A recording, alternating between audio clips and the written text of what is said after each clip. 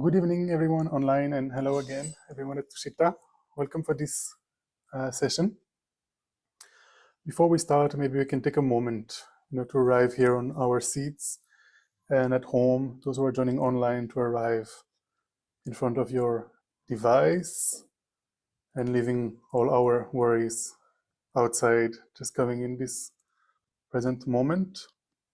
We can do that by taking 3 long, slow breaths. Every time we inhale, trying to refresh our attention. Every time we exhale, trying to completely relax.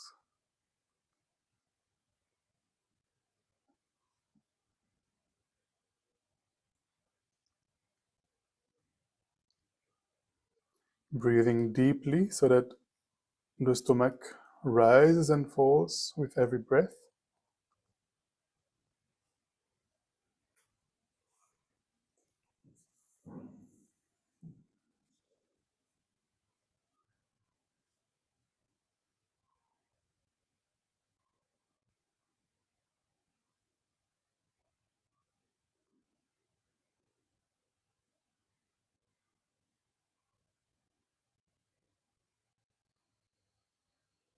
Trying to become fully present for this session. Leaving our worries outside.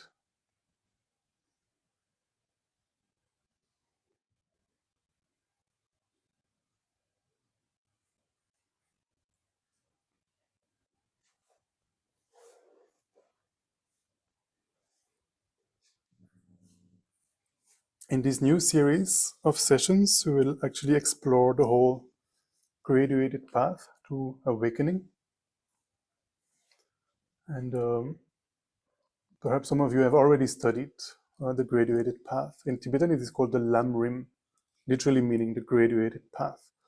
And it is the graduated path to full awakening or to enlightenment, it is also called, or to Buddhahood. All the different stages, all the different steps that we need to take from where we are until we become a Buddha. So, in this tradition, the tradition of the Dalai Lama, actually we are studying mostly based on a text that was composed by the Great Lama Tsongkhapa in 15th century Tibet. But you can find Lamrim many centuries, before Lama Tsongkhapa.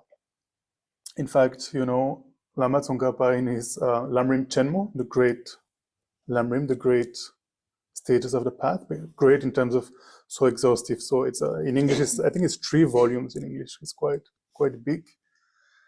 It starts by praising Lama Atisha.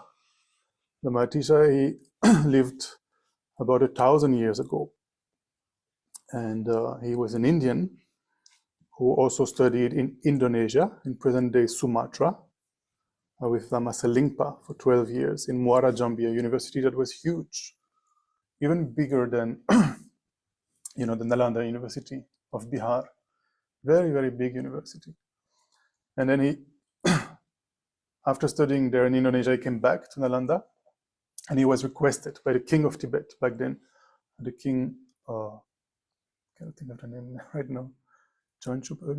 Maybe I'm saying something wrong. Anyway, the king of Tibet back then, 1,000 years ago, requested Lama Atisha, to come all the way from Bihar to Tibet to clarify the teachings of the Buddha. There was a lot of misconception. So Lama Atisha came and composed a text that is called a lamp of the path. What is the full name? A lamp to the path to enlightenment, a lamp of the path to enlightenment, where he really clarifies all the sutric teachings of the Buddha, giving a gradual approach, how to achieve awakening from where we are. What are the different steps we need to, study, contemplate, and meditate on in order to progress, in order to transform our minds and achieve full awakening. But if you look even more in the past, if you look at the 8th century, for example, you know, at Nalanda you had a great saint and scholar called Aryashantideva. This is 8th century India. And he also composed, you know, a very famous text that is called the Bodhicharya Avatara, the guide to the Bodhisattva's way of life, which we can also consider as a Lamrim. You know, it has also all the different chapters, which are also the different steps that we need to take towards enlightenment. And I'm sure we can trace and find other forms, sorts of Lamrim, you know, until the time of the Buddha. And actually for modern audiences, we are quite fortunate that we can, you know, start with the Lamrim, start with the graduated path, because it contains, you know, the essence of all the Buddha's teachings in a very structured, systematic way that makes it very easy to learn and meditate. Because if we were, you know, if we were to be born in Tibet or any Himalayan region and we start, you know, with a formal monastic education, like, you know, still thousands of monks and nuns are doing, like in South India, for example, you know, you have the great monasteries in Karnataka. You know, they study the text for 20 years, and in 20 years they will never actually study the Lamrim, you know, which contains all the practical meditations that one needs to transform the mind. They will study, of course, the 5 texts that are so precious, and they are so fortunate to be studying that. But it takes a long time, you know. They will not talk about, for example, the wisdom of emptiness until, I don't know, according to the Prasangika view, until they're 12 or 13 years of studies, you know. They will not touch these texts. In the beginning, they will study from the Vaibhashika, Sutrantika point of view, you know, and they will learn about debate, they will learn about, you know, how phenomena are presented and so forth, for many years, and study by heart, debate on that. And yeah, perhaps in their free time, then they will try to study the Lamrim, or after, you know, after they graduate, after 20 years of studies, then maybe they will want to do a Lamrim retreat. But, you know, Lama Yeshe and Lama Zopa Rinpoche that are here, you know, behind me, when they were requested in the late 70s to teach to modern people, they thought, you know, this is exactly what modern people need, you know, directly the Lamrim, which is very practical. So this is what we will try to do. We'll have maybe about 13 or 14 sessions. Let us see. We'll meditate. Today we'll meditate on the nature of the mind. Usually the Lamrim starts with Guru devotion.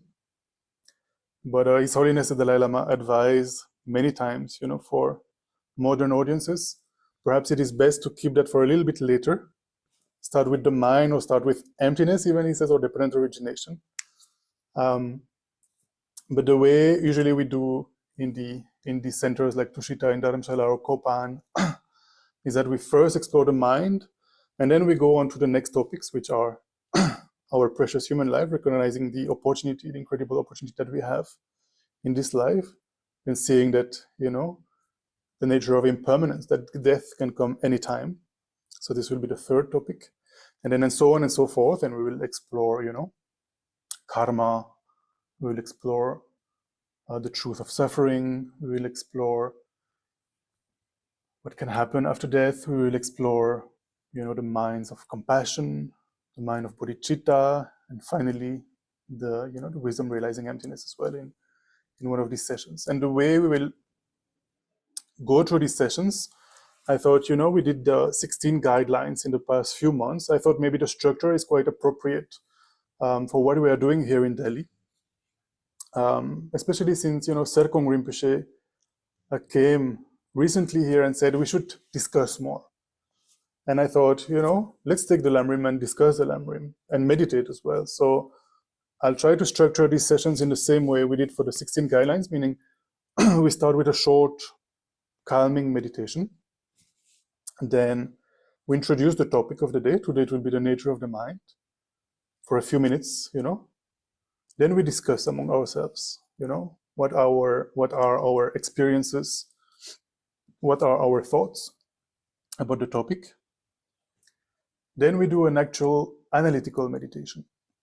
We take the topic and we try to, you know, mentally analyze it and try to our understanding of the topic, try to, you know, move it a little bit from our head to the heart so that it becomes, you know, not only intellectual, but our actual experience.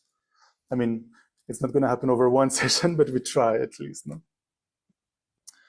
And then after the meditation, we have, again, a few minutes to exchange among ourselves, especially how the meditation has impacted us, if it impacted us at all, you know, our experience of this analytical meditation. So yeah, that is for the introduction. And without, you know, further ado, let us start with a calming meditation. We'll do for about 5 minutes in order to, you know, increase our concentration. And perhaps I didn't, for example, today we didn't have the opportunity to practice calm abiding, so this is our opportunity to do it for 5 minutes.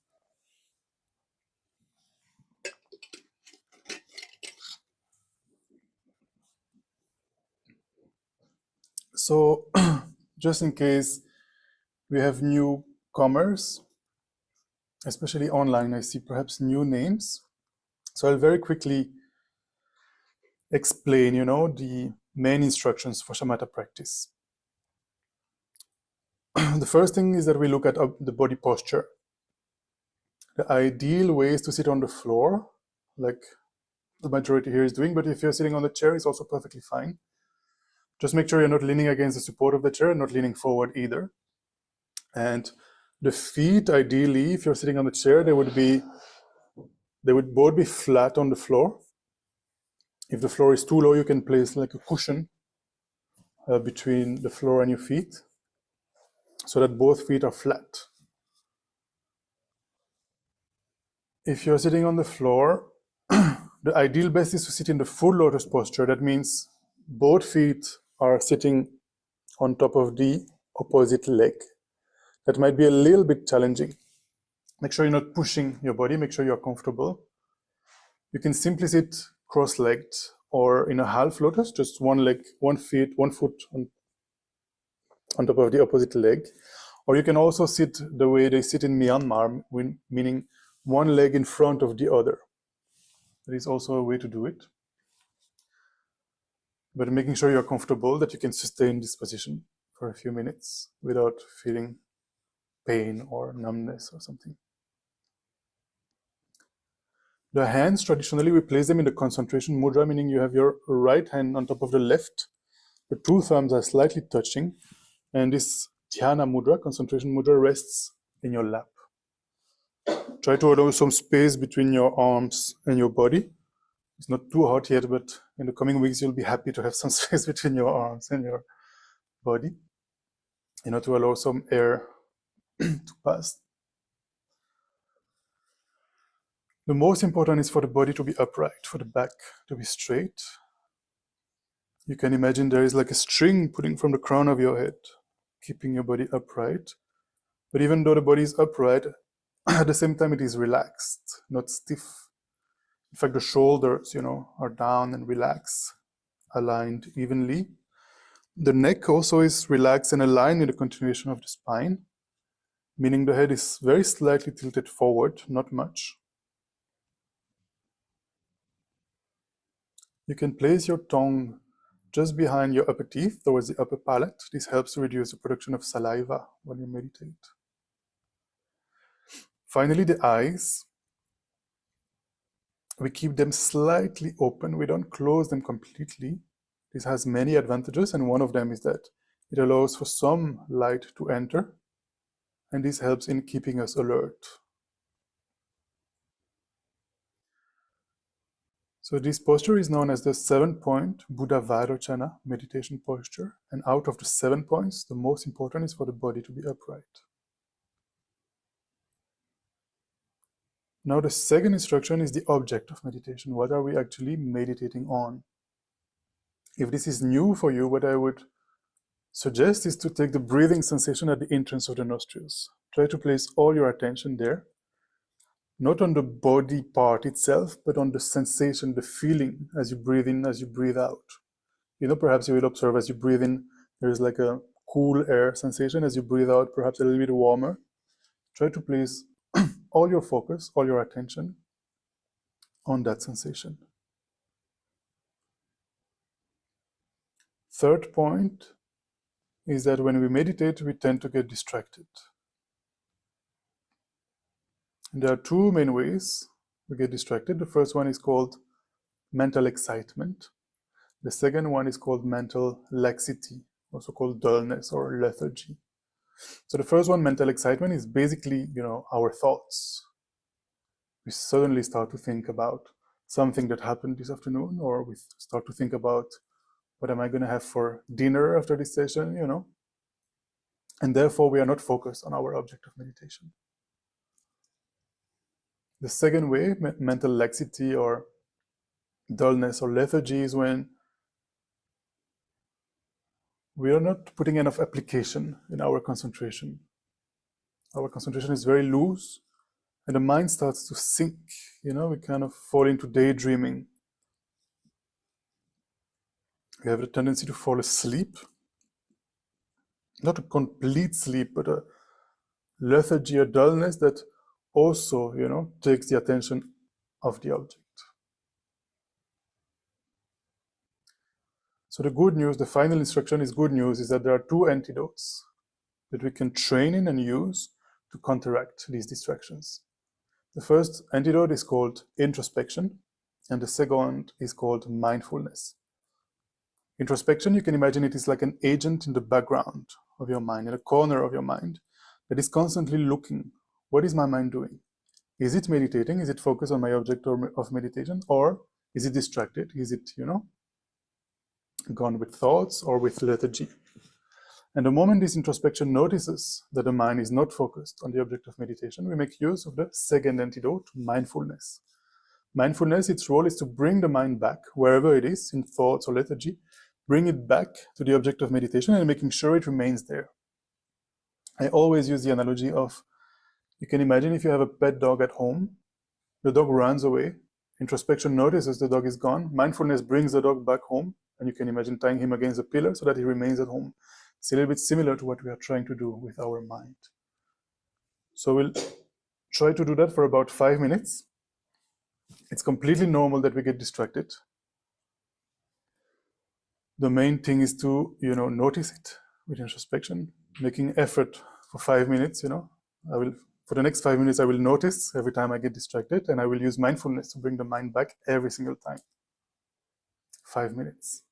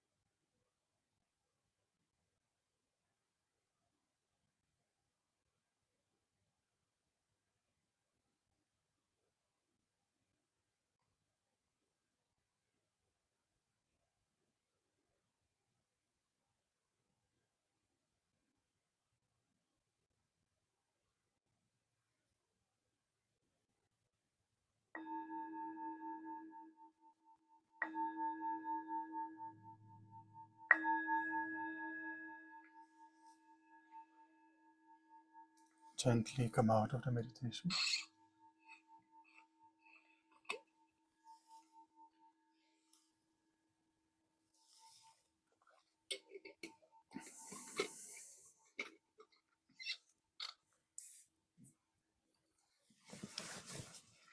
So perhaps you feel 5 minutes is very short, you wanted to meditate more.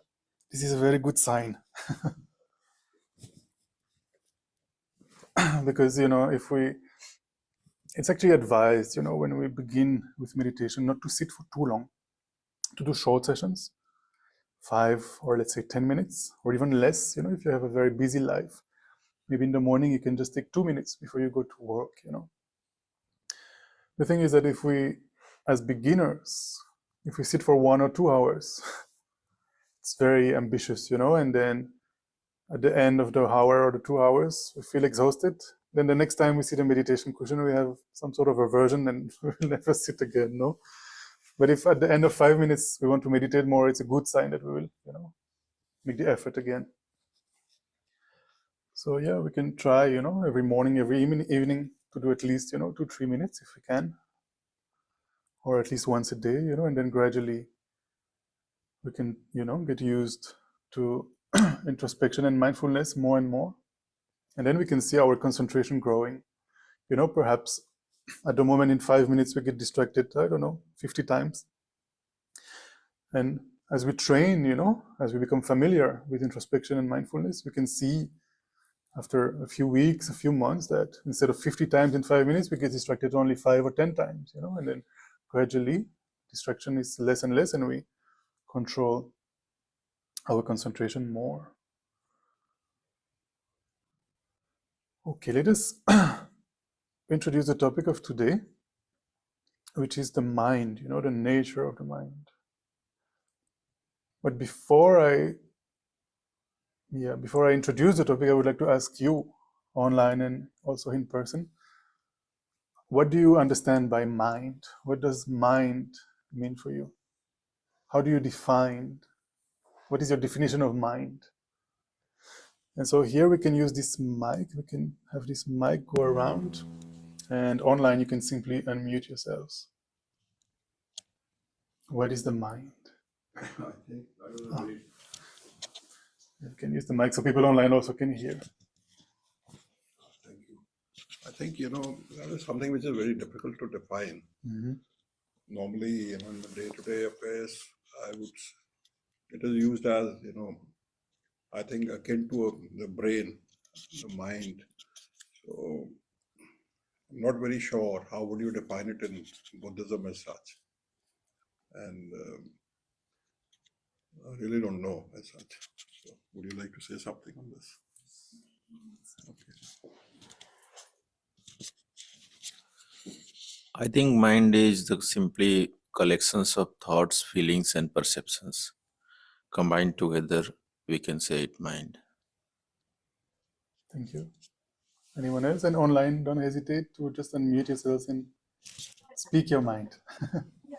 Mind is essential. Sorry. Yes, please go ahead. No problem. Mind is the mind is according to the Buddha composed of 4 things. It's like feelings, the Vedana, the perception, sankhara, and consciousness. What is the second thing you said? Mind, feelings, perception, sankhara, and consciousness. Yeah, it's not mind is defined as experience, clear and aware, which is subjective experience of a person, and it's defined as existing in a temporal continuum as a regenerative process, and it is immaterial and is not the brain. And there are main minds and mental elements. This much I know, but I don't really. Thank you, Priyadashini. And David, you said 4 things, but I could not hear the second that you said. The second one was perception. Perception. All right. Thank you. And somebody else, I think Urmila, you wanted also to say something. Thank you. I'm waiting at the doctor's actually. I'm trying to do the class as well. As far as I can recall from whatever I've learned, it's pure awareness, which I don't understand. But Okay. it's a bit like an example, for example, would be a very, very clear pool, which is then tainted by a lot of our thoughts, perceptions, positive, negative, everything included. And in its essential nature, it is just awareness. And if we can get to that point, then we really understand and know what mind is. But it is definitely not the brain. Definitely not the brain. Okay. Anyone else in person would like to say something? Or online also? Otherwise, we can discuss more. I'll explain a little bit from the Buddhist point of view, like many of you have already done, actually. Because we have, apart from the Buddhist perspective, we have the perspective of some other religions. For example, Christianity, or even in Hinduism, we talk about a soul. And then we have the modern materialistic view. We talk about a brain, and we say this is the mind. Thank God, not all scientists, but some scientists say the brain is the mind, But I think modern day people, this is how we understand mind or consciousness. No? We relate it to the brain. So if we look at the Christian point of view, for example, when we, I don't know if Jesus or the priests, they talk about a soul, then a soul would be like an independent entity, like a solid, permanent, independent entity that even when we die, carries on, right? That would not be physical, of course, unrelated to the body. And a sense of a permanence, like, let's say the soul of Nico, even when Nico dies, then the soul of Nico is still there, independent from Nico, right? So this is how the Christians, they would posit it. And then when Nico dies, he goes to hell or heaven, according to, if he was a good boy. Then, if we look at the materialistic approach and we talk about the brain, well, we can do a very small experience, to see if the mind is actually the brain, when we go for some scans, some doctors, they put our head in some machine. I don't know what these machines are called, MRI perhaps, or there are other names, PET scan or different things, right? So what do they measure then? They measure the brain, and what they see is some kinds of, they see some parts of the brain get activated. They have like an imagery of the brain getting activated when you think about such and such things. Or more common, I think, is these brain waves. No, they see like a graph with brain waves. But in your mind, are you actually seeing those things? No. If you close your eyes and you think of chocolate, perhaps you have an appearance of your favorite chocolate, or if you think of, I don't know, pizza or rice and dal, you have an appearance of that, right, in your mind. This is what you see. The scientists that are looking at your brain, they will never see that. However hard they try, no, they will see these brain waves, this brain activity. They will never actually see your thoughts. They will never see what your mind, what is reflected in your mind that you apprehend, right? Some materialistic opinions would be that apart from the brain, when we talk about mind or consciousness, they would talk about our genes, our DNA, all these material things. For the Buddha, like many of you have said, for the Buddha, the mind is none of these two, not the brain or genes, DNA, and it's not a soul that is, permanent and independent. Yeah, for the Buddha, it just doesn't make sense. Both of these don't make sense. For the Buddha, the mind is, as you were saying, and as many online also were saying, it's all the experiences that we have, inner experiences that we have, all our thoughts, all our emotions or feelings. You could talk about our intellect. You could talk about awareness, consciousness. Many of you have, given those words. You can talk about our intuition, our instinct. We can talk about many, things like that. So all of these, they fall into the category of mind or consciousness. These are interchangeable. When we talk about mind, we talk about consciousness, awareness. You can interchange all these terms. They are synonymous. And for the Buddha as well, there is no, one atom of our being that is created by a god or a creator of any sort. Not even created by Buddha himself, or by whoever. And also it is not created by our parents. Our parents, yes, they give us, our body comes from them, right? But the mind existed before our parents will exist after this life, and it has nothing to do with our parents. So, yeah, we cannot blame them for our bad character, or, we brought that along. Yes, of course, they gave us this body. Like the body is the continuation of the egg and sperm meeting, but then the consciousness came into that, right? Came into that mix.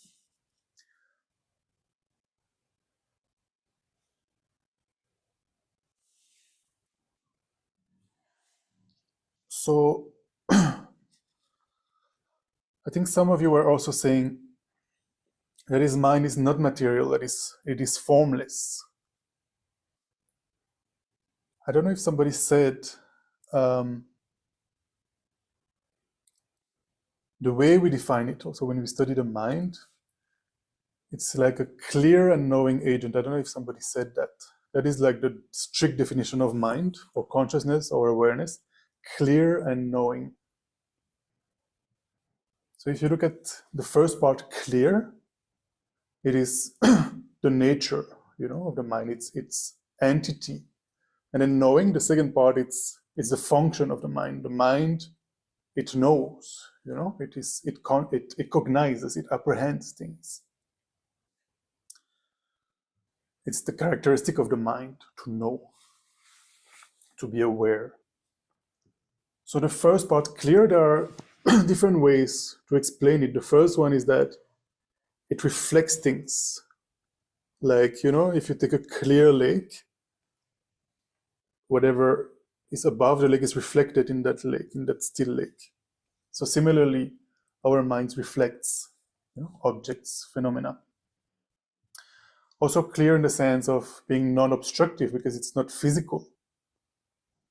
And also clear in the sense that the nature of our mind is free from negative emotions, disturbing emotions, that in strict terms we call afflictions or delusions, such as anger, attachment, like a strong desire, or pride or jealousy, all these emotions that disturb us.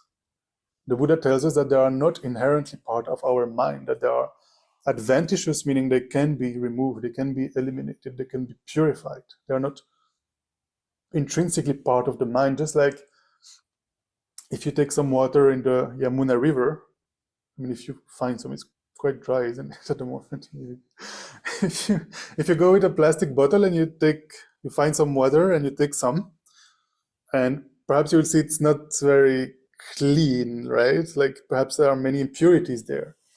But if you take that water and put it into a RO, I guess that would be enough. What will come out is almost pure H2O, right? That will be clean and clear and even drinkable, perhaps. Will it? Yamuna River, if you put to RO, will it be drinkable? No? Not enough? Maybe you need more. Maybe you need some laser treatments or something. But if you treat it very well, in the end, you will be left with pure H2O, right? So similarly, our mind can be purified, even though, at the moment, perhaps we have so much hatred inside us or so much attachment, so much craving, these can be removed and we can be left with a pure mind. And this is called, in Sanskrit, Tathagata Garbha, Buddha nature. We have this potential for full awakening just by removing, we have like this precious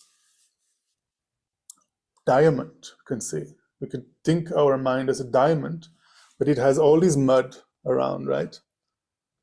If we get rid of the mud, we are left with a beautiful diamond. But even though it has mud around, it doesn't mean that it's not a diamond. It is a diamond in essence, and we just need to clean it.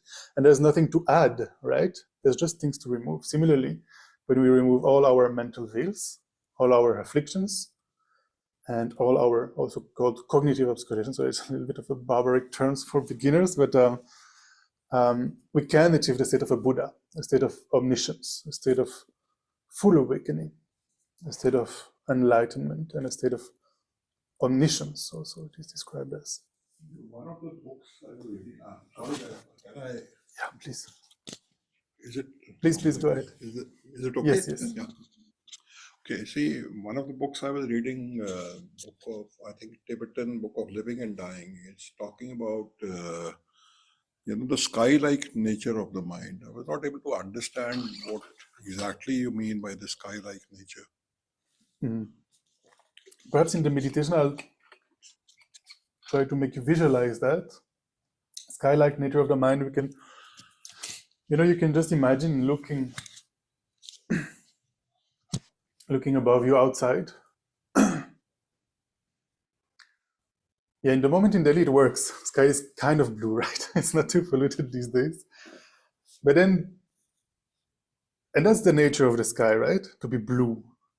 I mean, from our perspective, from here down below. But then there are clouds, right? And sometimes there are dark clouds or just white clouds these days, perhaps.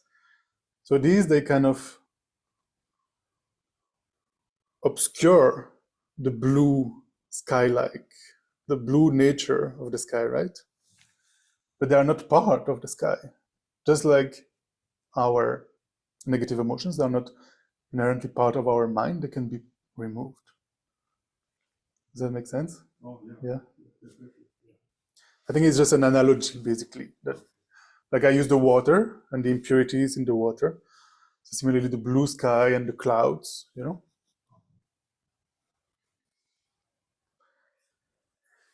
And then, yes, that's to define the clear aspect of the mind. That's the first part of the definition. The second one is knowing, it's the function of the mind, as I was saying, to know, to cognize, to apprehend, to realize things. And then I briefly touched upon that. I don't know if I said, but I definitely said, before the conception, our mind came into that mix of the egg and sperm. So the mind existed before that and will exist after this life. But I don't know if I said that the mind is also beginningless and endless. Did I say that? No? Okay. So this is new information. Beginningless and endless.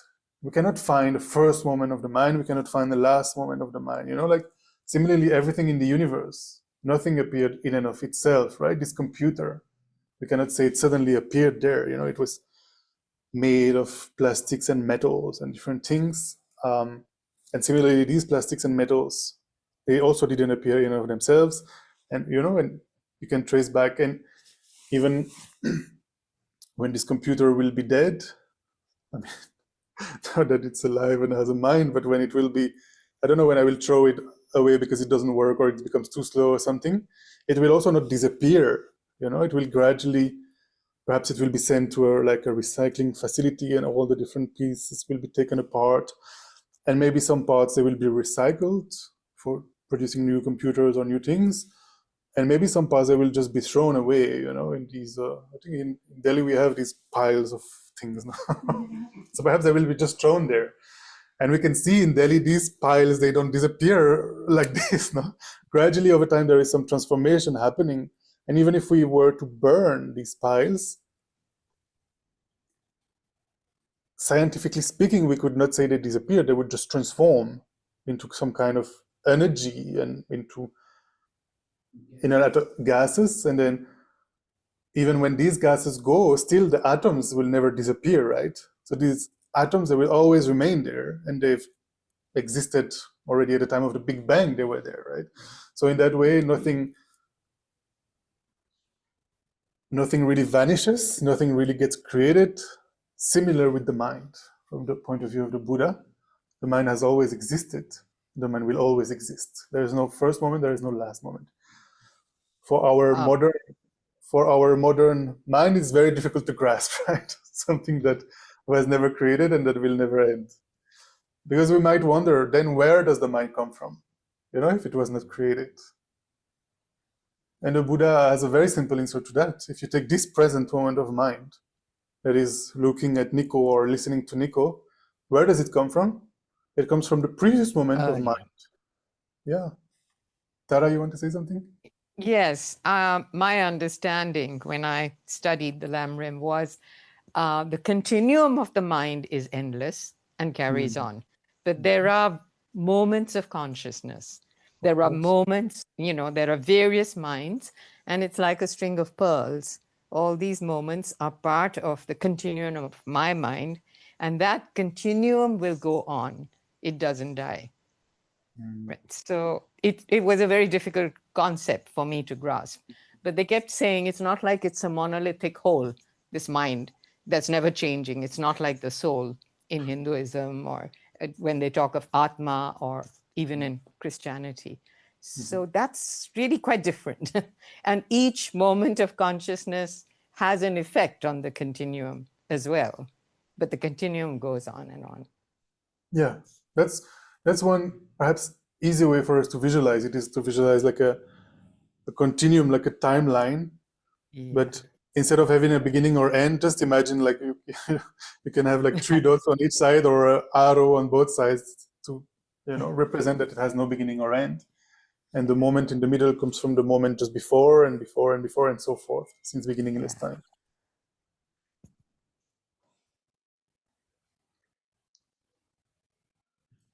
Which is quite different from, I went to Catholic school when I was a child, and there was a first moment, the moment God created me, that was the first moment. So you had something to grasp at, and it's a little bit difficult to deconstruct. But through, if you think about it more and more with logical arguments, with reasoning, then gradually it can become your experience that it doesn't make any sense for a beginning, doesn't make any sense for an end. Similarly, everything in the universe, But in Hinduism, we do have this concept. Yes. In the Bhagavad Gita, I think Krishna is telling Arjuna that you have always existed and you will always exist. Right.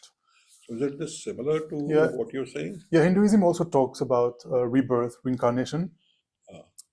I think the difference with Buddhism is that in Hinduism we talk about the soul, like Taraji was saying, we talk about the Atman, which has, I didn't study the Vedas, so maybe I'm not 100% sure of what I'm saying, but I think it has a connotation of also an independent entity. Like I was saying, in Christianity, when Nico will die, Nico's soul will remain independent from Nico. And I think it is a little bit similar to what is taught in the Vedas, that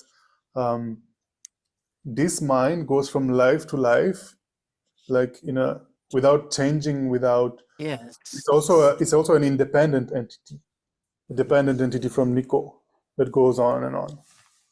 Do we have a concept of a universal mind also out here, or is it individual to each person?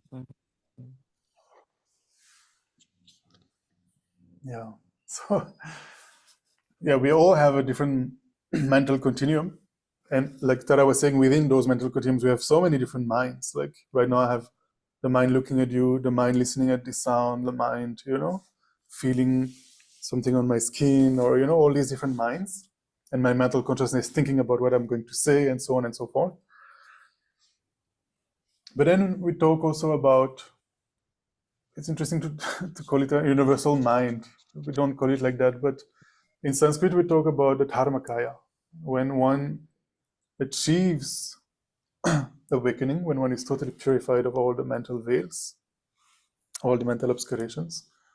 Then we talk about the Dharmakaya, that like the mind of all the Buddhas, the mind of omniscience. That is like when you will become a Buddha, your mind will be like a drop of water going into an ocean of Buddha's minds, you know. We can talk like that, but yeah. Could I say something again? Yes, please, Taraji. Yeah. Especially in connection with the Hindu idea of the soul, which is seen as unchanging. That's a very important characteristic. And there was the word Atma in Hinduism. I had studied early Buddhism and Hinduism earlier. And the early Buddhists came up with the concept of Anatman, which is actually the opposite. So they were trying to say, no, there is no such thing as a soul that doesn't change at all. It's changing from moment to moment, because that's very, very fundamental to Buddhism, moment to moment change. So it is changing, but it doesn't disappear. It transforms. It can only change this way or that way. And that continuum carries on. But it's actually early Buddhism, really, there are lots of debates between the Hindus and the Buddhists, talking about Atman on the one side and Anatma on the other. So Taraji, only the Buddhists talk about Anatman, or also some Hindus? Or As far as I know, the Hindus don't talk about it. It's a very, very basic concept to most kinds of Hinduism. Early Hindu sort of systems, they were called the six orthodox systems, were the Hindu systems. And then there was Buddhism, and then there was Jainism, which were called the unorthodox ones, because they didn't accept the authority of the Vedas. Yes, in fact, you know, I was at the very beginning when I was introducing the session talking about, you know, the big monasteries where they study 5 major texts for 20 years.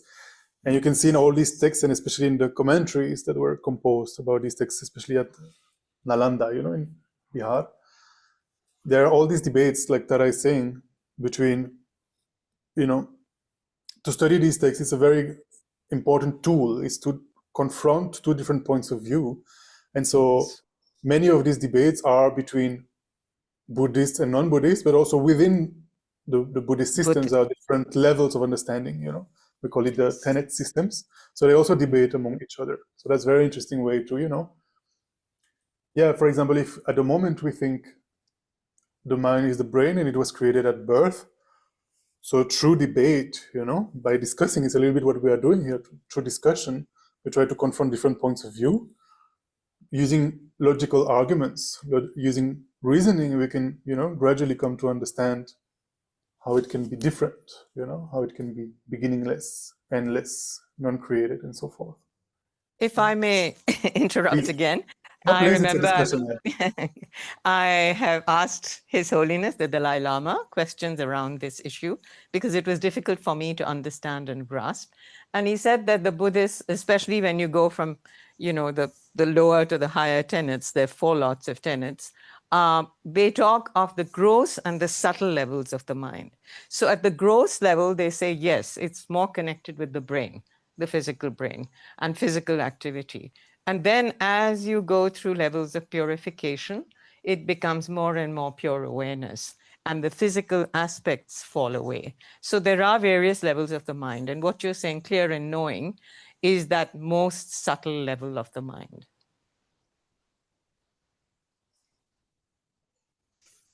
Yeah, but actually, if you take even a tactile sensation, you know, just my finger touching my skin here, so that's quite gross, right? It's quite related to the body. But even that awareness, that body awareness, that tactile sensation, tactile awareness, even that is clear and knowing. The teaching is clear in that consciousness, and it knows that it's being touched, right? And it's being touched like that, like perhaps my finger is a little bit warm or something. It feels that also. It knows that, right? Yeah. Its nature is that. Its Right. nature is that. Are we aware of it at a certain point in time? I don't know. Yes. So, yeah, perhaps to illustrate the mind is not created and is beginningless, perhaps we can refer to this mantra that the Buddha taught, the mantra of dependent origination, that says, Ye dharma hetum prabha hetum tesham tathagato ayavada tesham chayo nirodha evam vadimaha shramana yeswa, which means all phenomena arise from causes. The causes are taught by the Tathagata or the Buddha, and the cessation of the causes as well is taught by the Buddha, by the great seer. You can also translate it. Can you explain this? Yes, so I think it just paraphrases what we have been talking about until now, Present moment of the mind, the cause for that is the previous moment of the mind. Previous moment of the mind, the cause is the previous moment of the mind. Anger in my mind, where does it come from? Previous moment of anger in my mind. And so on and so forth, since beginningless time, since time immemorial. And so on and so forth in the future, without an end. But minds such as anger, pride, and so forth, can come to an end, can be purified, can be eliminated. They're adventitious. If we know the causes of anger, that can be removed. Does that make sense? Yeah, definitely. Maybe you guys want to explain this mantra differently? I think it's a really great. Okay. It makes a lot of sense. Yes, please. What you are saying is that if we know the causes of anger, it can be removed, and the adventitious root, it can be removed. But then there are endless causes. I mean, it's not like that there is one cause and we can remove it. So there I would be inclined to believe in the teaching of emptiness, when it says that we just have to realize that the anger or any emotion is empty in itself, rather than removing all individual roots. If we realize the true nature of emotions, that itself is enough. So this is what I... Yeah, so we can look here, let's take anger. Let's say, I don't know, let's say somebody brought a piece of cheesecake here and I saw it coming and I'm like, my mind is jumping on that. Like, I want that piece of cheesecake. But then somebody puts it here and also Gagan wants it, and I'm busy speaking, so I'm not paying too much attention. So he takes advantage of that situation. He comes and he takes this cheesecake and eats it.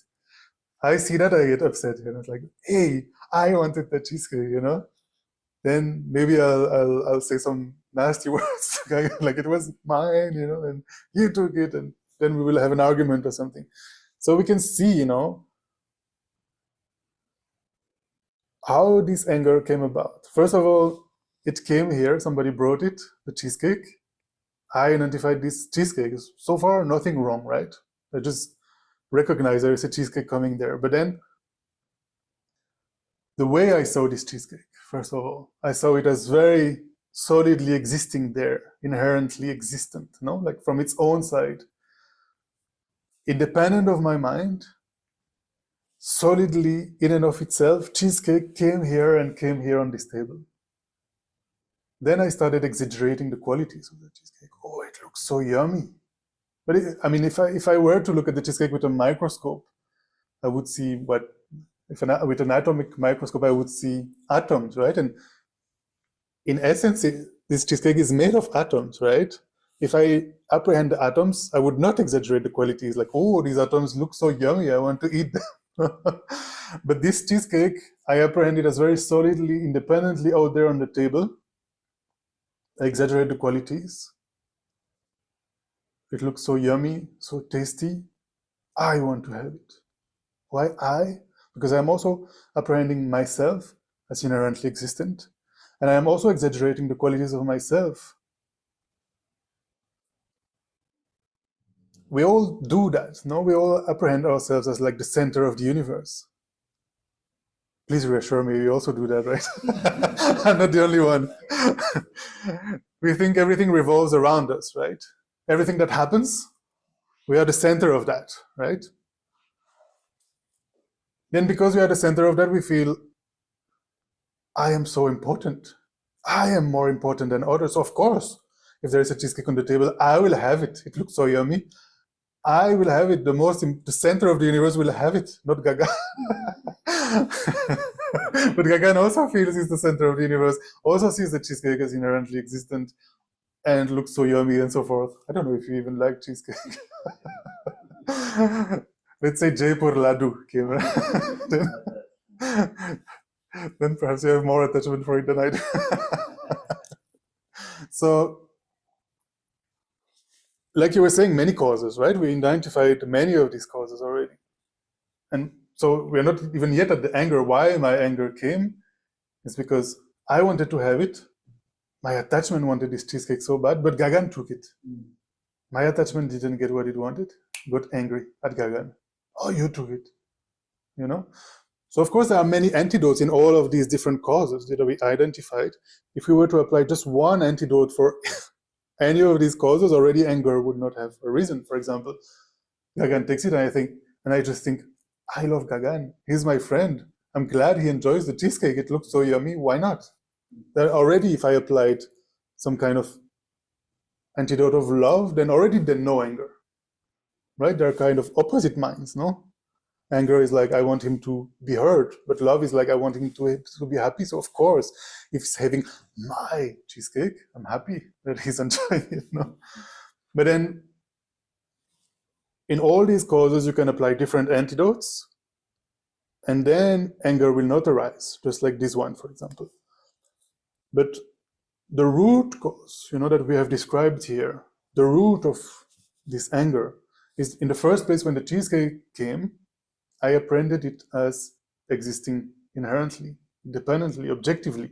Then I exaggerated the qualities and I want to have it because I'm the center of the universe. Then Gagan took it and gradually the anger came, right? But if from the very beginning the cheesecake comes and I don't see the cheesecake as inherently real, independently existent in and of itself, if I see it as like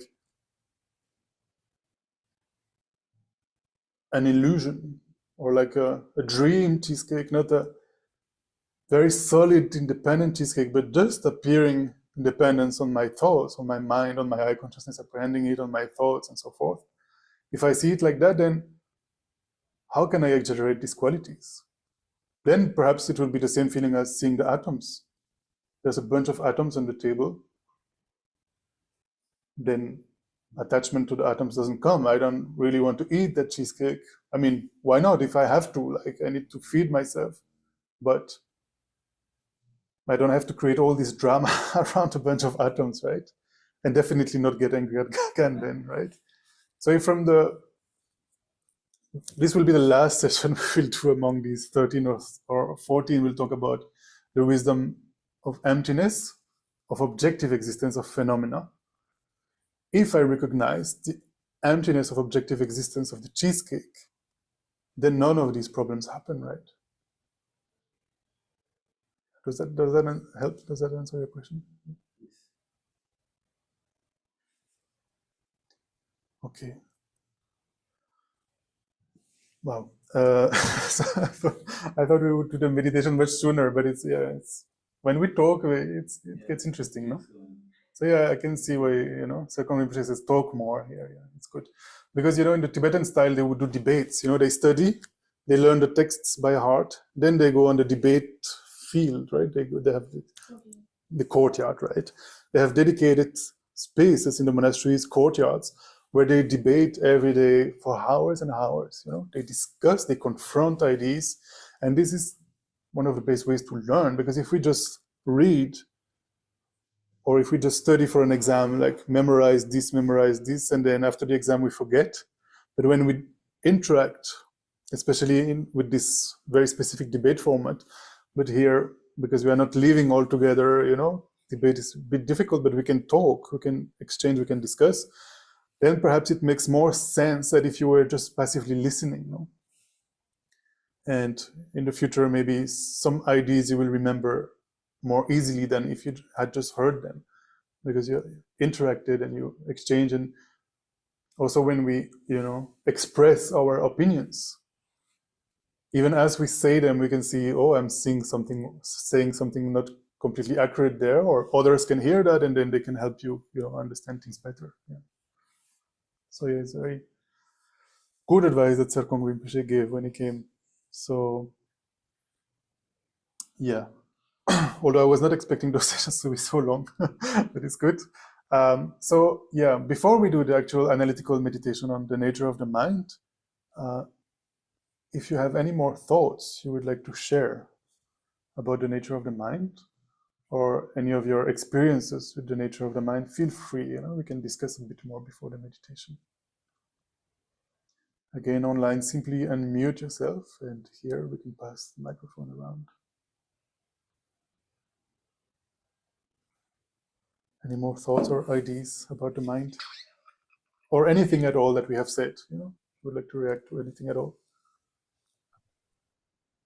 I'll say that the mind doesn't really have a physical existence, and it doesn't really exist anywhere, and it has no dimension. Can you say again, sorry? No dimensions, no physical dimension, and no physical space. I cannot hear you very clearly. Can others hear David clearly? No. The first part I understood, yeah.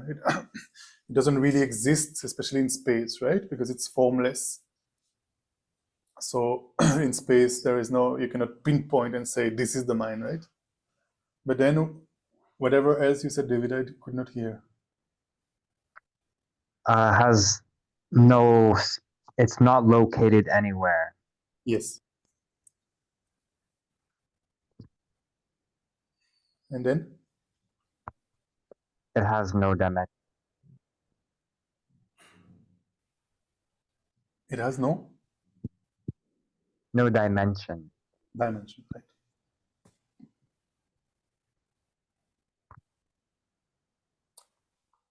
Joyce, do you wanted to say something also?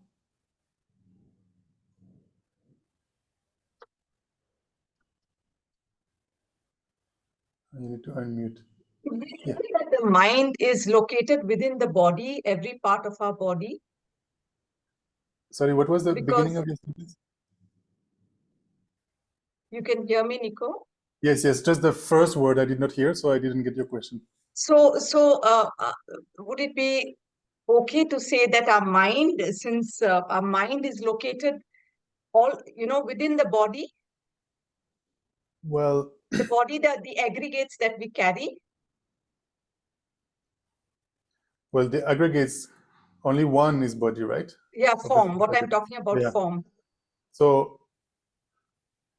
if the first is form, the last is consciousness, right? Main mind. Consciousness, yes. If these five aggregates are different, how can they be the same? Like, how can consciousness be within form? But I mean, that's maybe a little bit too technical, but let's make it maybe simpler. We said that mind is formless, right? It is not made of substance, like a physical substance. Yeah, I understand that. Yeah.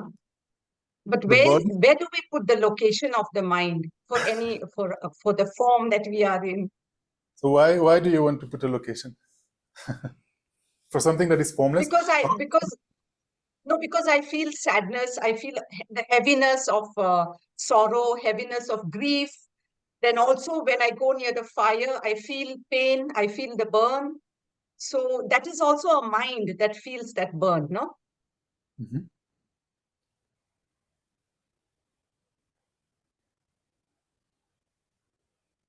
Yeah, the thing is that mind or consciousness is not made of atoms, is not made of matter. Yeah. Is formless, is shapeless, is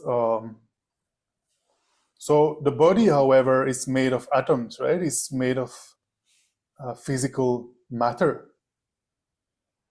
So you can pinpoint and say, this is the body, or this is a stick, or this is a piece of cloth. You can say, because these things are made of matter, but the mind is not made of matter, so it becomes difficult to point at it, right? and say that No, it it becomes physically difficult to somewhere. point. So therefore, it's all over. It's all over. Like, why am I Well, not sensitive to some other's pain? Like, why am I sensitive onto my pain? That sort of thing. okay. Anybody would like to answer to that? Why do we feel our own pain and not the pain of others? Can you take the microphone? Yeah. Is I that think we have habituated ourselves to identify with the perceptions which we have, and we are not accustomed to the identifications of others' feeling. But it can be done with the practice of compassion. We can feel others' feeling, and that identification, disidentification is the main thing. Whether we can isolate to our perceptions or we can expand it to others' perceptions, and then we can feel it. Or else the other way also we can do it, that we can disidentify completely with the mind, including our own perceptions. Own In perception. which case, if the cloud is there, we may not need to clear the cloud. We can just see it as a cloud, like how emptiness teaching tells us, that we can just see it as a cloud, and even without clearing, we are free. So this is what I would like to say, that Yes. this can be done and both ways. Thank you. And Taraji, you wanted to also say? Yeah, I was going to jump in actually to a point Joyce raised earlier, a little bit earlier, implying, okay, the mind is in the body. It's somewhere in the body. But that's true right now when I have this body. But let's say Tara dies. The body will die, Joyce, but my mind Yes. will not die. The mind will not die. It won't be just Tara's mind. Tara's body will be dead, but the mind will still continue. So Yeah. obviously, Yes. it's not that it's only located in this particular body that I have right now. So there is a difference between the two. Yes, Because I the mind understand goes that. on, Yes. right? Yeah. So when But, our body dies, the mind ejects from the body, so to say. well, yeah, right. Ta- I don't know Taraji, how to. Taraji, have you Please. ever met someone who is clairvoyant? I have, Okay, actually. so imagine that person. Maybe you can take Ken Rinpoche, for example. Today he arrived at Nalanda in France. So his body is there, right? You're right. But while his body is there in France, you think he doesn't know what's happening in your room? But his mind is, where is his mind? Is his mind in France or in your room, or where is his mind? Yeah.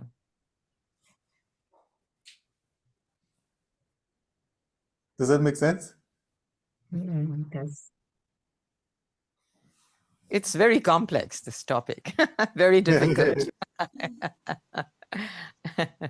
Still not very clear on this, I'm like, when you say that there's no fixed place for the mind as such. It's not within the body. If it is not within the body, then where is it? Is it a universal consciousness? What exactly is it? I mean, when we talk about the, we talked about the Dharmakaya, the mind of the Buddha. So I think when I mean, of course, I don't know. Only when we become a Buddha, we really know, but we can infer and we can read from the experiences of our teachers and so forth that mind is omniscient, knows everything, is everywhere and nowhere, knows the past, the present, the future, knows the conventional existence of that piece of cloth and knows its emptiness of objective existence at the same time. And it's true for all phenomena. Has no, and because of omniscience, is everywhere all the time, right? Like knows everything everywhere all the time. But the same thing is said in the Bhagavad Gita also, when he's talking about, Krishna is talking about the Atma. He's also saying the same thing.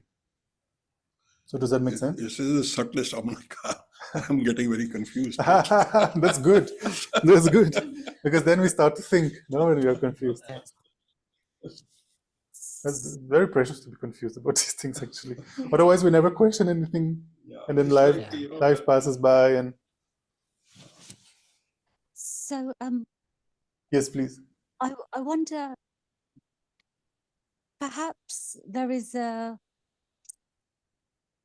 relative mind and an absolute mind, and the absolute mind is unsticky, beyond concept, ever present. But the relative mind is more of that mind stream, and perhaps there is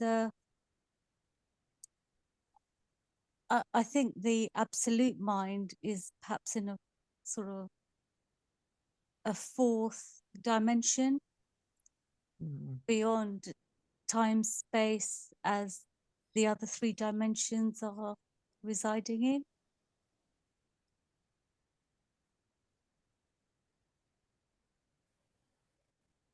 I think definitely our mind is not confined to our body, right? I mean, from our experience, we can just think. I mean, there are many people that have these out-of-body experiences. We can think of them, or maybe we can also talk about our dreams, but it's more like a imagination is happening, right? But some people in their dreams, they see things happening in a different room or in a different country altogether. You know, in this book of Tibetan book of living and dying, he's also sorry, thank you. He's also talking about the near-death experiences. But Yes. and you know, in the near-death experiences, the person dying and coming back, they experience that light. And but does Buddhism believe in that? I'm not very sure about that. Near-death experiences. Yeah, Yes, near-death of course. experiences. I think it is there in that book. Of course. Tibetan book of That living and dying. shows that actually near-death experiences, they can help our modern minds understand how mind and the body are two different things, because even though the body is declared clinically dead, Yeah, but still then, there is an activity, like the person is still experiencing something, right? Often they describe this tunnel and the light of the tunnel. Yeah, that's right. Yeah. So then they come back to life, yeah. even though they were declared dead. Yeah, exactly. And then they describe that they saw this light and this tunnel. Yeah, right. And most of them do, right? So this kind of shows that even though the body is declared physically dead, still the mind continued after death. That's right. And then something that also helps to understand rebirth, reincarnation is, there's, what is the name of this gentleman? He did a research, Ian Stevenson, he did a research around the world of all these young kids, when they start to speak, around 2 years old. We start to speak around 2 years old, something like that, 2-3 years old. Then they would say, things that sound surprising, like, my parents, these are the names of my parents, and my house is like this, it's yellow, and it has a big lake in front, and things like that, that don't correspond to what they have in this life. And then this researcher, he listened to the stories of these kids and then went to places. And I think on YouTube also you can see some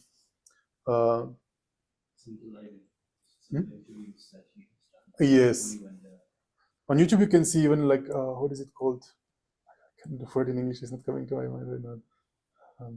Investigations, where somebody is going with such a kid to the place this kid is describing, and then seeing that it corresponds to reality, and in that other family where they're going, somebody just died recently, like 2-3 years before. But doesn't that, sort of prove the fact that when we die, these near-death experiences, and when the person is outside the body, so like if he's outside, he or her is outside the body and he's going into the tunnel, doesn't that explain that whatever the mind or the Atma is there, it was there in the body only and not elsewhere?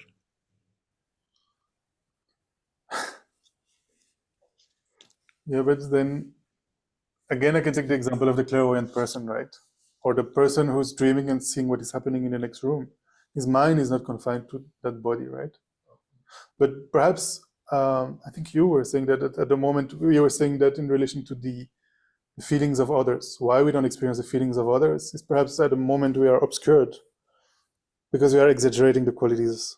We are the center of the universe. I am the most important person, more important than others. So why would I feel the others? Why would my mind be elsewhere than at the center of the universe?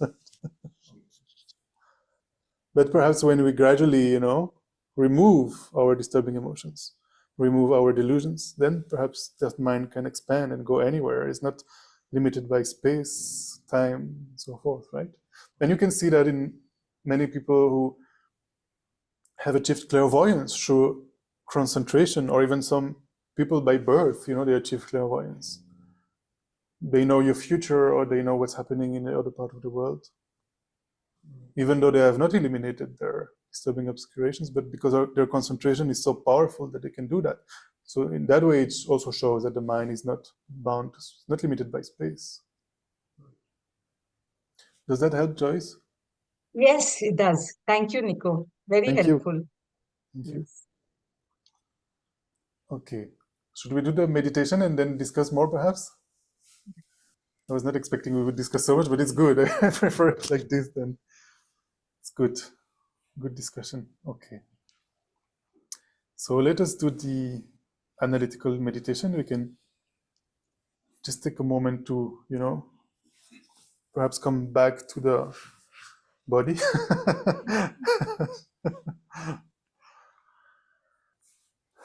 Feeling the cushion on which you're sitting, or the chair on which you're sitting. Maybe coming back to the breath, taking 3 deep breaths. Every time we inhale, trying to refresh our attention. Every time we exhale, trying to relax.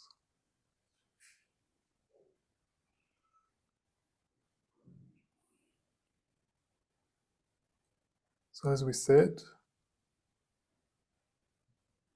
in the Buddha Dharma, when we talk about the mind, we are not talking about the brain. And other than the brain, when we talk about the mind, we also don't talk about something physical. Mind is described as something non-physical, without form, without color, without shape. Mind is not material in any way. And we talked about 2 qualities that the mind has. First, it is by nature clear. Totally clean, clear. It has always been clean, clear, and it will always be clean, clear. It means that whatever negativities arise in our mind, they are never truly one with the mind. Anger, for example, jealousy, or a strong attachment,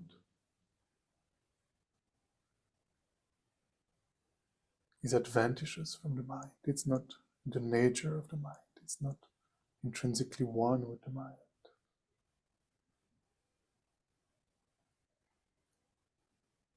These negativities, these emotions,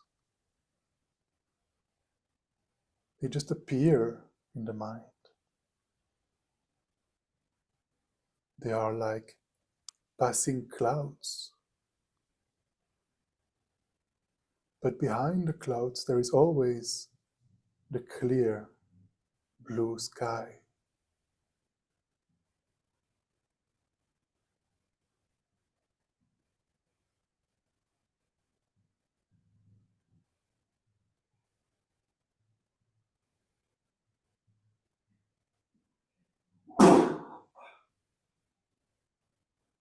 Because of its clarity,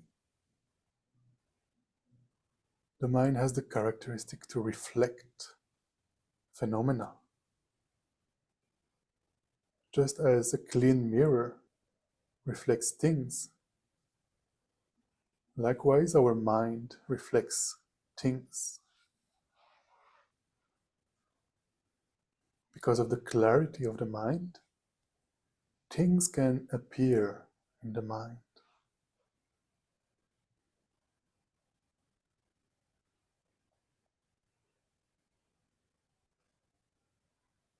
The second quality of the mind is that it is aware.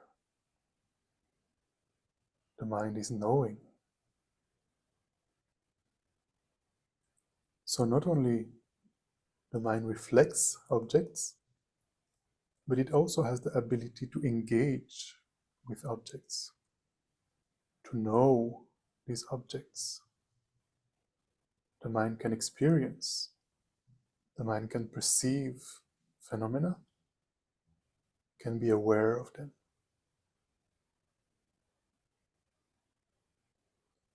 For a few minutes, let us try to examine the nature of the mind.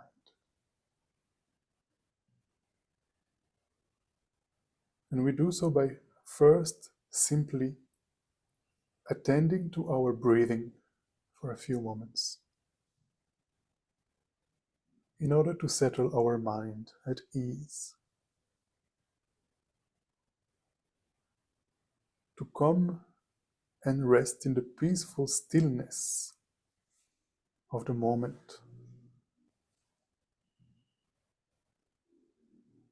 Try to be present just with the breath for 1 minute, trying to let go of any distraction.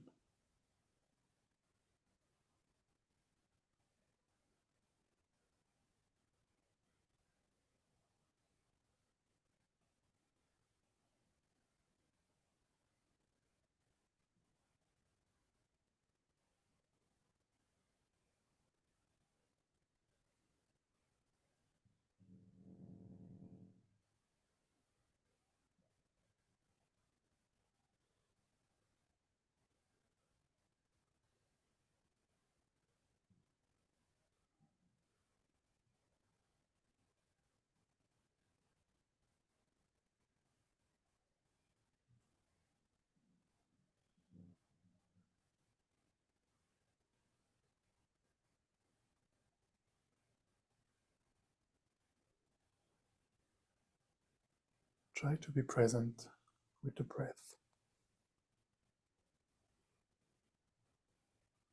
the moment. Try to let go of any distraction.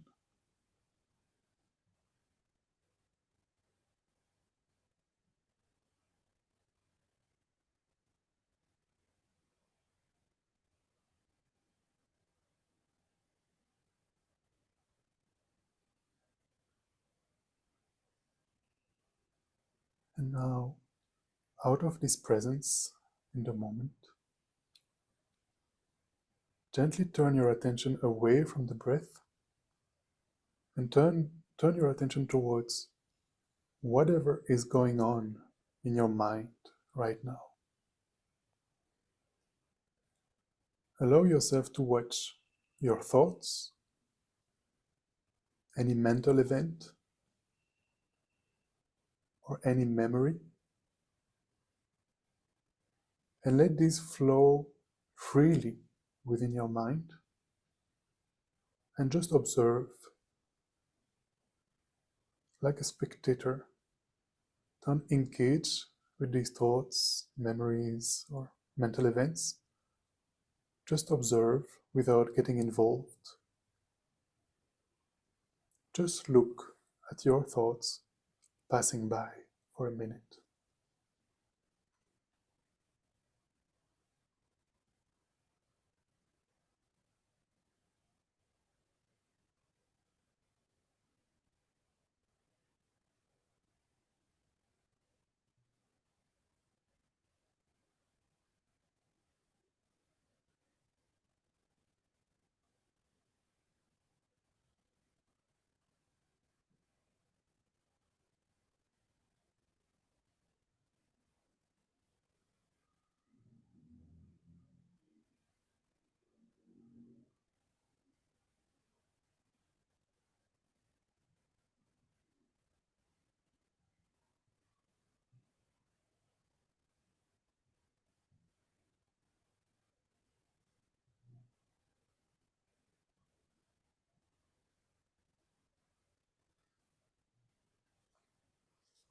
And from that, as you observe in this way, you observe what is going on in your mind, your thoughts. Now become aware of what is observing that.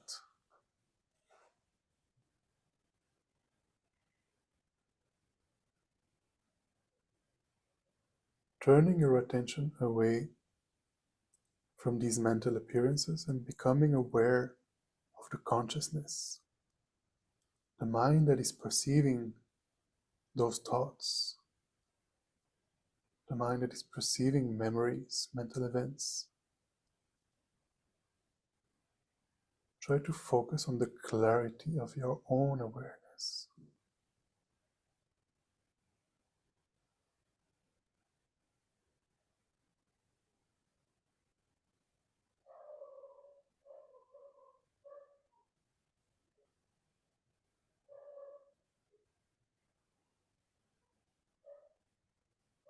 Like, who is hearing this barking dog? What is hearing?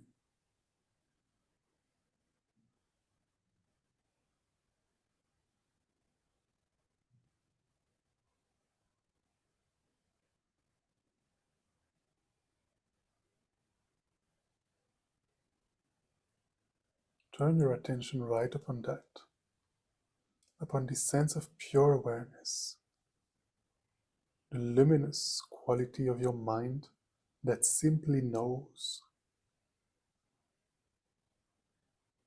And try to rest in this bare experience of being aware. Try to get a feeling of awareness itself for a minute.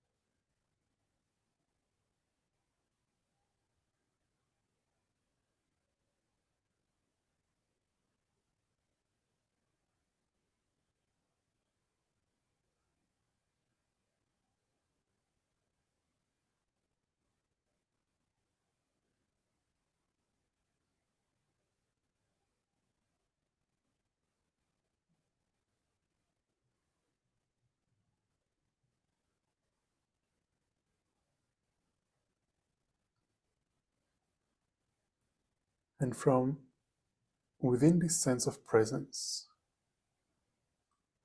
let us gently start to investigate. What actually is my mind?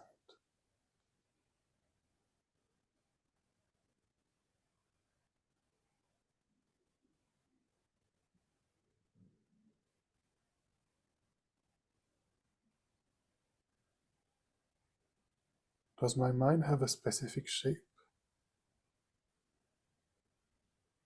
Does it have a color?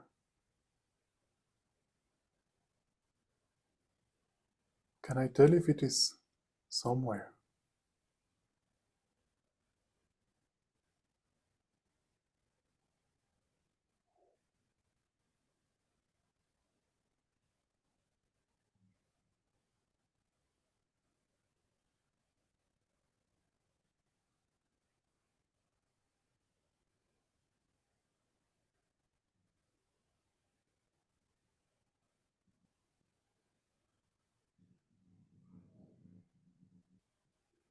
Sometimes we have the sense that the mind has a specific location, that it is located somewhere. Check if that is true or not.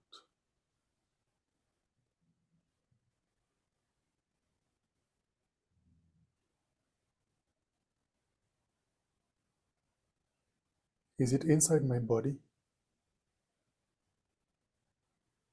Is it outside my body?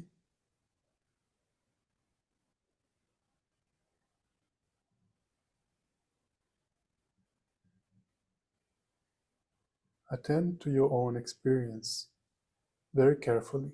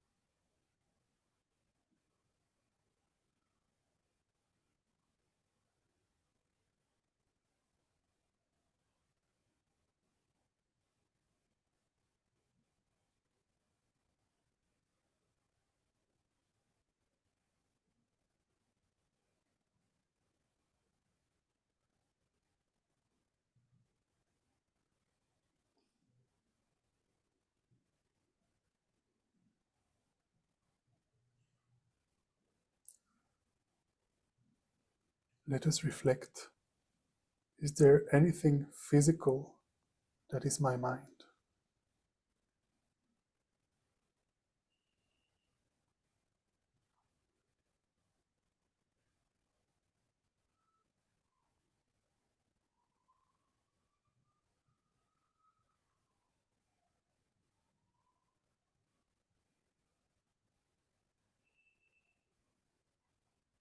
Without pushing yourself, again relax into a sense of your completely clear mind. Simply recognizing this ever-flowing nature of the mind without getting stuck with anything particular. And whatever arises in this clean, clear space of perception, for example, if it is a physical sensation that you feel in your legs, try, instead of focusing on that sensation, try to focus on what is perceiving this sensation.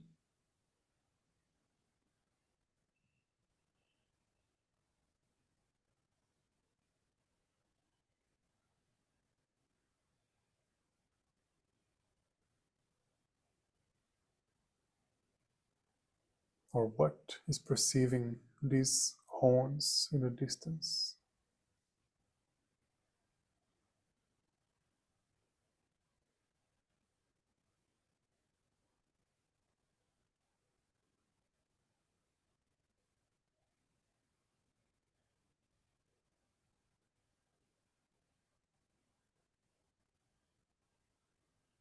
If thoughts arise or mental images, instead of getting caught up with what you are thinking about, instead try to focus on what is it that is thinking.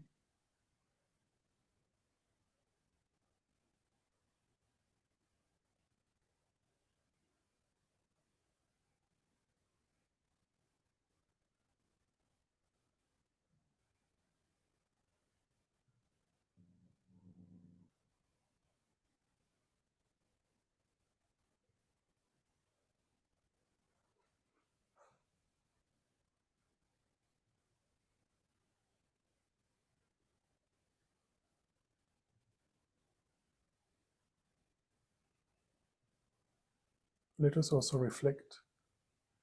What in actuality is a thought? How does a thought look like?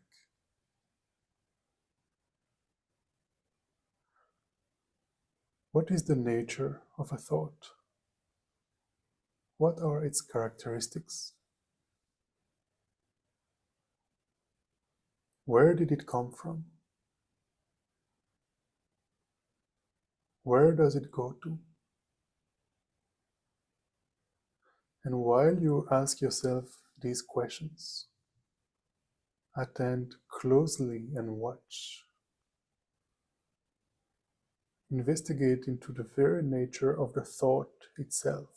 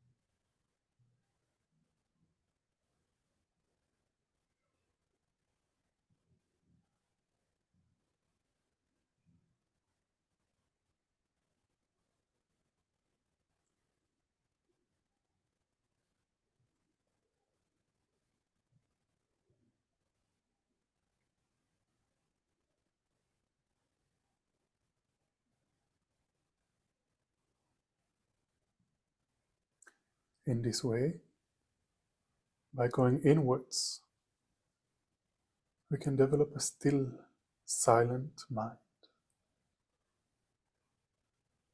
A silent mind is not a closed mind. It's very open and spacious, striving for awakening. And then again, let go of the activity of mind, the investigations, and simply rest in awareness itself, resting within this spaciousness for 1 minute.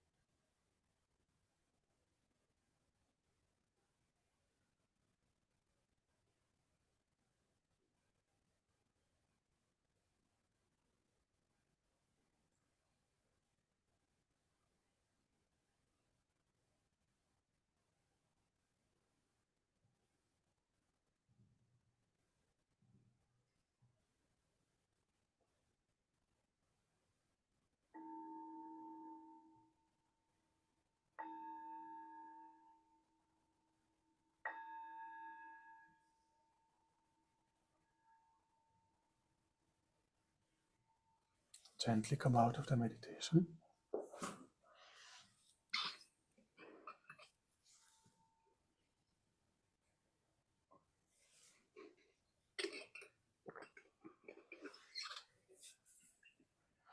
So this kind of meditation, can really help us to center ourselves.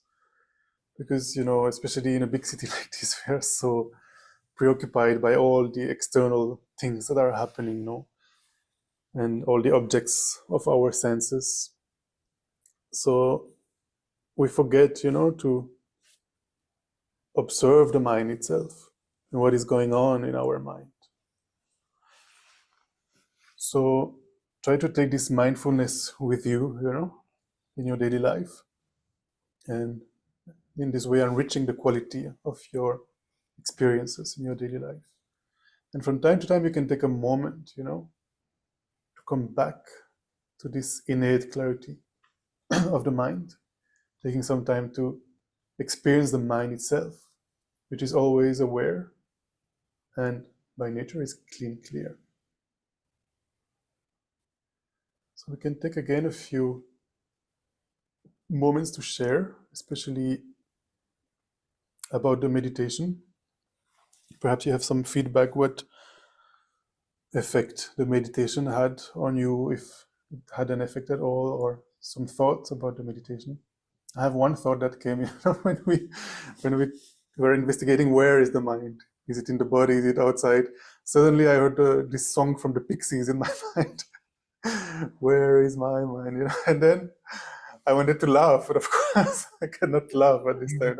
So I was looking at where is the mind that wants to laugh? Yeah. Anybody would like to share anything? Please feel free, and we can again use the mic here, and on Zoom you can simply unmute. Joyce, please. I see that you're unmuted. Yes, Joyce? Yes, me. Okay, yeah. Because Yeah, I I was saw a that bit you're unmuted. distracted, Nico, during the meditation. Okay. No, I'm not muted. No, you were unmuted. Am I audible? Yeah, yes, you are. Am I audible, Yes, yes. Nico? Yes. Hello. Yes, we hear you. Okay, okay. So I was quite distracted with all this discursive thoughts during the meditation, random thoughts coming back and forth. And could you pinpoint what is experiencing these thoughts? Yes, I could. For a moment, I could take a step back and observe, but I was sometimes being carried away with those thoughts, with those stories around those thoughts. So yeah, a lot of distraction. It's not easy. We have this strong tendency to just go with when anything is happening in our mind, we just go with it. We don't question it. Why is it there, and where does it come from, and who is experiencing that? And, yeah, what is experiencing that? That's not something we do in our daily lives, right? Yes, please. Yes. Okay. I found it very profound. It really quietened my mind, and I was definitely just able to observe. There weren't many thoughts coming or anything like that. I wasn't going over anything. It was a wonderful, peaceful time. So were you able to observe what was experiencing this peace? I tried, and I think to an extent, yes. I mean, I couldn't observe it as in, perception, but it was a mental, observing it in a mental way or emotional way. And it was wonderful, really wonderful. I think the masters of the past, they say, sometimes in meditation this happens. We have these pleasant, peaceful experiences that we should try not to be attached to that, because it's not going to come always, right? Yeah, yeah. Yeah. Urmila, you also wanted to say something? Oh, I wanted to say thank you for this because I listened to it all through my walk to the doctor's, at the doctor's clinic, and back.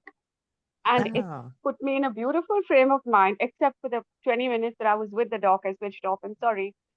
That's why I wasn't on my video. Now I'm home. It put me in this wonderful frame of mind, which is yeah. that dharma, the teachings of the Buddha, or the teachings of any great spiritual teacher are to be experienced in tandem with our living in the world. And it made me very calm, the whole thing, especially, of course, the meditation. It also made me see, because on the way walking back, there were a lot of hawkers crowded. I live in Bombay, so it's crazy, totally crazy. And I was getting irritated. And I said, no, that's not the way I want my mind to function. And I saw everything in a certain calmer perspective. But what I wanted to say is this about the meditation, which is your specific question, Nico, that I saw things as coming and going. And that for me is very calming. That thank God nothing is permanent. Otherwise, imagine the rubbish in my head. Imagine if it was permanent, it could never be dislodged. So that coming and going is what I experienced. And to say thank you for this session. Thank you so much. Thank you. I wish I could also remain calm in the craziness of the city. I'm not always calm. But yes, it's your session and everyone's comments. Thank you. It all helped. Thank you. Thank you, everyone. Yes, thank you. Anybody here would like to say something? Yes. Though not experiential, but I think what you just did has a profound potential, especially the part where you are saying that thoughts and feelings are coming and going, but what is perceiving it? That part I think is very profound, and that part itself has a potential to break into emptiness. This is how it looks, though I am not able to do that, but it is clearly that what is perceiving, and when we find there is no center to it, it's very deep, I would say. It's not elementary. So thanks for that. In this particular lineage, that now our lineage holder, we can say, is the Dalai Lama. What we do is that we start with usually years and years of study. listening to the teachings, memorizing, debating, meditating. And as I was saying in the beginning, the monks for maybe 20 years, they do that. But there are other lineages, because different people have different capacities, no? And some people perhaps they have studied in the previous lives, no? These 20 years of studies, maybe they have done many times, or even just one time, and they're very sharp. And so this already makes sense, or I don't know. So anyway, there are different lineages, and you see that in some of these lineages, they do only that, They try to rest in the nature of the mind, which is this non-conceptual. You can take, thoughts. We say they are conceptual, right? They are, I don't know exactly how to explain in this context, but thoughts are conceptual. But between two thoughts, what is there is non-conceptual, right? So they try to rest in that awareness there, non-conceptual awareness. And in that way, they can also, achieve states of realizing emptiness of objective existence of the mind, and therefore liberate from the delusions of fictions. Yeah, so different ways.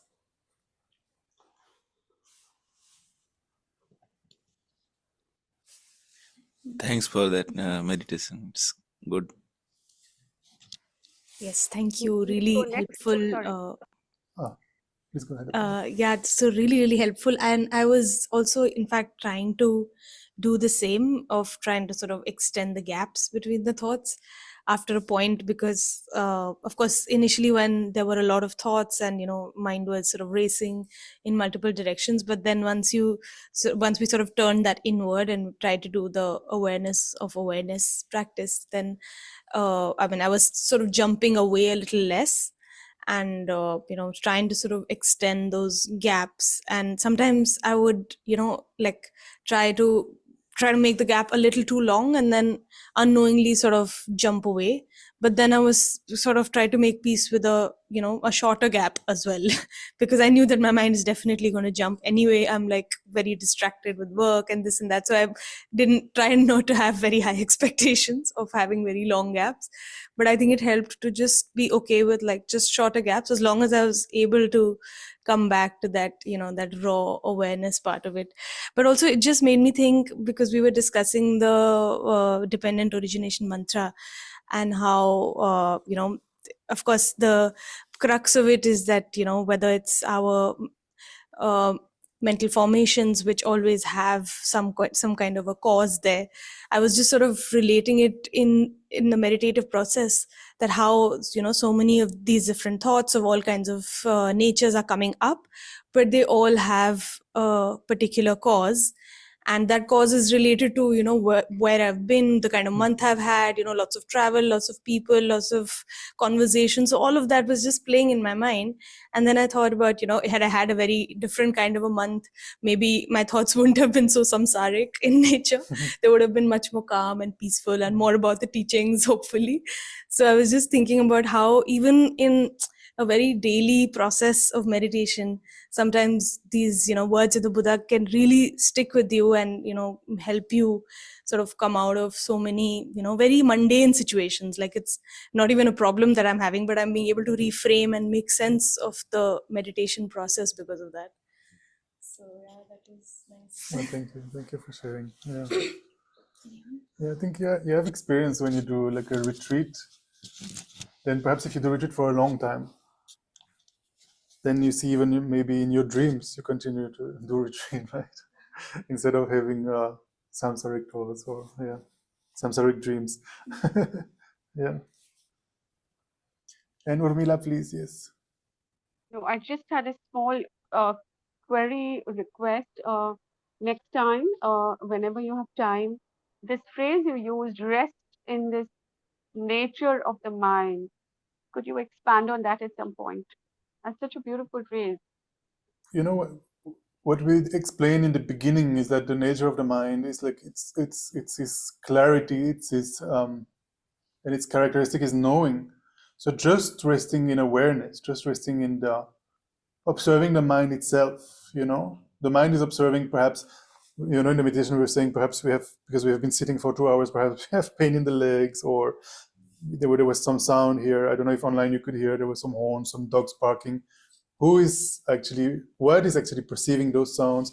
What is experiencing those pains? Awareness itself, trying to observe awareness itself. That's the nature of the mind. The nature is to know, and its nature is clear, right? And it's clear in 3 ways: that it's not obstructive, because it's not physical, that it reflects objects like a mirror or like a still lake, and clear also in the sense that it is naturally free from negative thoughts, disturbing emotions. And yeah, I wanted to explore the question, Joyce. So when you asked where is the mind, I didn't really want to say that, but also when we study, we learn that yes, mind is formless, non-physical, shapeless, colorless, not anywhere to be pinpointed in space. But for example, in the Lamrim of Lama Tsongkhapa, because yes, it comes from the point of view of the sutras, but Lama Tsongkhapa also composed, I think it's called Ngagrim, the graduated path of the tantric system. Mm-hmm. And so in the Lamrim, even though it's from the sutric point of view, Lama Tsongkhapa also, I think, explains that the most subtle mind actually resides in the heart chakra. But the heart chakra is also not physical, right? Because it's, I don't know, maybe it's not the right place to talk about these chakras and all, but not really something also that, like a surgeon cannot open your body and say, this is the heart chakra, right? But it gives some sort of idea where the most subtle mind in a mundane sense, so to say. Am I right? Right. I don't know. So, Nico, on that point, may I ask Yes. a question? Yes. I mean, I was feeling a very heavy sensation in my heart, and I think I was sort of carrying it from events I attended yesterday where people were feeling heavy. Somebody passed away, and some people were obviously in pain. And after the meditation, or during the meditation, I sort of became aware that the breath, it was coming from the perspective of the perceiving mind. The breath, I was feeling that sensation in the heart, but the breath, it was like it was a relief every time I was exhaling, as if the inhale was a borrowed breath when you're actually approaching it from that other sensation of mind. But was the heart heaviness a blockage? Is that what causes that heaviness, or is it a lack of identification or harmony with a more expansive identity? Well, it's difficult to say like that now. First of all, I'm not seeing you, but and also I'm not experiencing what you're experiencing. But when I'm saying I'm not seeing you, is perhaps in my experience of trying to sit for a long time, sometimes I just sit in a wrong way, and then I feel heaviness in my heart just because of the posture. But of course, it could also be something you've experienced recently, and that is, reflected in that sensation there because of what you've been going through recently. But it's difficult to say, without more details, and maybe I don't know if I was thinking this session should be 1 hour. It's already 2 hours. So I don't know. Sorry, maybe going off point. But we can say that maybe for the future sessions we'll try to make it 1.5 hours. That's maybe more balanced. But let's see what happens. But yeah, this is already 2 hours. It's I think unusually long for a session like this, so maybe we'll leave it there. But yeah, D, it's very difficult to say without seeing you and yeah, without exactly knowing more details. So yeah, sorry, I don't know. That's Yeah. okay. Thank you.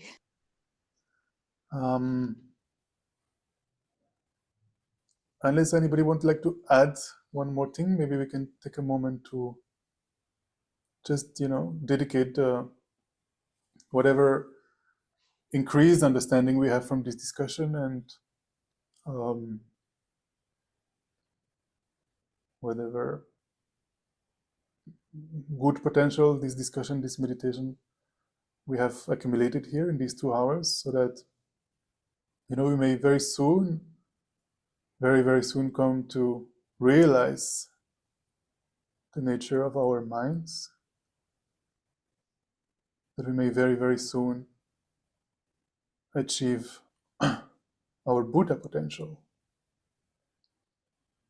by removing all the mental veils, all the mental obscurations,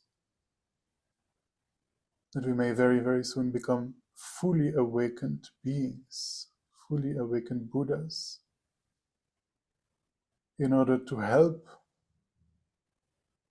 all sentient beings achieve the same without leaving even one sentient being aside, helping even the most ugly spider,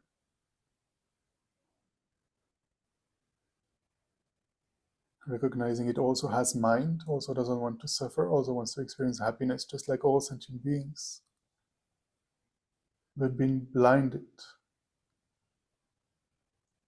by the ignorance that apprehends things as objectively real, leading to all sorts of delusions, engaging in negative karmas and experiencing their suffering results.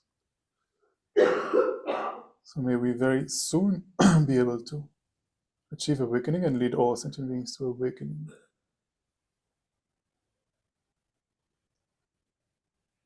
May the precious minds of bodhicitta and wisdom realizing emptiness that we have not developed yet, may they develop very quickly, and whatever we have developed so far, may it never degenerate, but increase forevermore. Due to these increased understandings and positive potential, may our spiritual teachers have long and healthy lives. For example, His Holiness the Dalai Lama may have very long and healthy life, and may he continue to share the Dharma with us, continue to guide us for a very long time.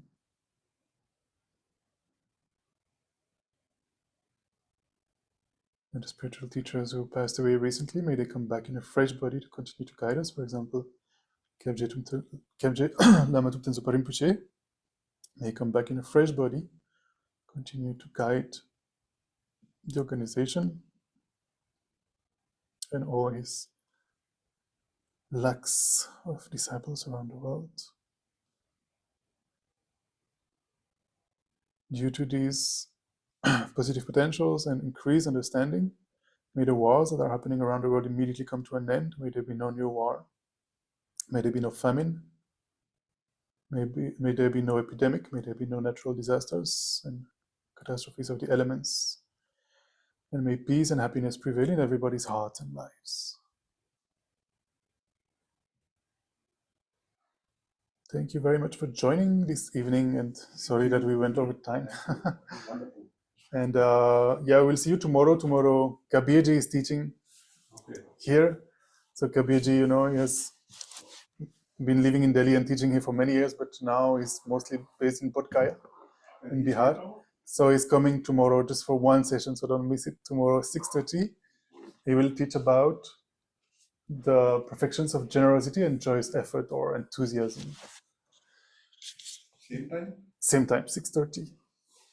And then next week on Monday, also 6:30, we have Geshe-ma, Ladaki Geshe-ma, Geshe-ma Tenzin Lajun, and she will teach on the purpose of the human life, Also Monday, 6:30 p.m. So this session on the exploring the Lamrim, like this, like we did discussing and meditating, It will be on Tuesday next week, and the topic will be also about the human life, actually, the preciousness of this human life. Yeah.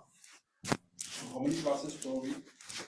It's depends week to week, but generally at least 3. Yeah. Yeah. Yeah.